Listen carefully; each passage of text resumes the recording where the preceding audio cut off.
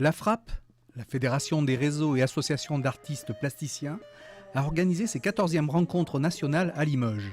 Forte de plus de 150 associations, la FRAP poursuit un but de défense et de promotion des associations et collectifs d'artistes plasticiens. Les artistes plasticiens, ceux qui sont dans la peinture, la sculpture et d'autres formes d'art plastique, des arts visuels, on est souvent des gens qui avons des pratiques un peu solitaires et un peu, en tout cas, individuelles.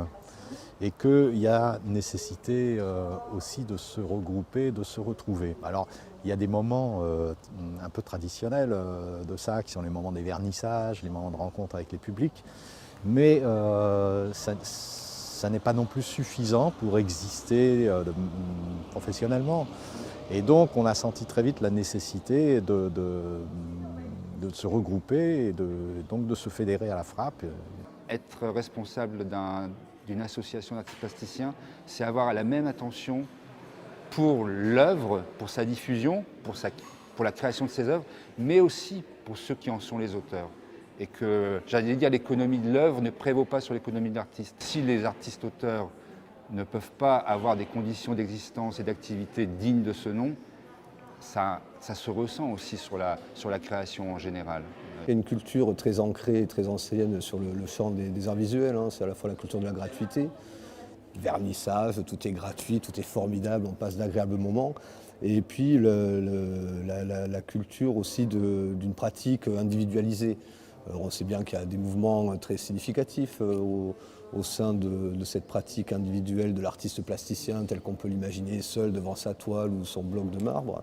Et que là, on a de plus en plus de dynamiques très croisées, très poreuses, que ce soit au niveau des médiums utilisés. On pense aux arts performatifs, aux installations sonores, à la création sonore, qui font partie aussi finalement de ce champ des arts visuels et de l'art contemporain. Et donc on voit bien qu'il y a besoin d'appréhender et de transformer cette culture très ancrée, à la fois de la gratuité et de la pratique individuelle, pour que soient reconnues ces pratiques émergentes et ces nouvelles manières de faire. Notre association, et comme les autres associations qui sont fédérées à la FRAP, on est un peu dans le champ de l'économie sociale et solidaire. C'est quelque chose d'important. Ici, on est à l'école d'art qui forme de futurs artistes. Lorsque ces jeunes gens quittent les écoles, à peu près à l'âge de 25 ans, on ne les retrouve qu'après 35 ans. Simplement parce qu'ils sont achetés par les galeries, ils sont dans les grandes collections, etc. Plus tardivement, quand ils ont fait un certain parcours, et tous ces collectifs, toutes ces associations, et nous c'est le travail que l'on fait à la vitrine, on fait un travail de soutien, on fait un travail on permet en fait à cette création d'être confronté au public, on permet à ces jeunes artistes de la maturation de leur travail. Et c'est quelque chose qui se développe chez les jeunes, en tout cas pendant presque une dizaine d'années. Et d'où l'importance en fait de tous ces collectifs et ces associations qui jouent un rôle extrêmement fort dans ces 10 années de maturation du travail artistique. C'est un outil d'émulation, de constitution, de soutien à la création en général qui est extrêmement important. Ce n'était pas une évidence première dans le cursus de formation des artistes visuels d'avoir tout l'aspect justement contexte professionnel.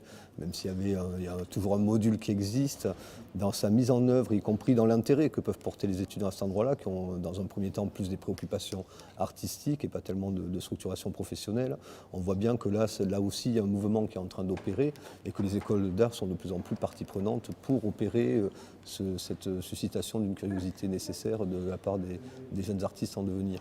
Il faut absolument que les étudiants s'apprennent aussi à ne pas penser se débrouiller tout seul. Ça n'existe pas. Voilà, il faut absolument qu'ils passent par le biais de ces associations, ou en tous les cas qu'ils se rapprochent des collectifs. Et il y en a beaucoup dans la région avec lesquels on travaille déjà, puisqu'ils reçoivent, il y a beaucoup de, je ne sais pas, la vitrine qui est représentée ici, reçoit quelquefois des étudiants en stage dans leurs locaux. Donc c'est aussi une façon de professionnaliser les étudiants. Ils vont faire des stages au Centre d'art de Vassivière, ils vont faire des stages au FRAC. Ça fait partie aussi de la professionnalisation Et c'est là où ils apprennent un petit peu à savoir que ces associations existent et qu'elles peuvent les aider. La FRAP place la question du respect de l'artiste-auteur au centre.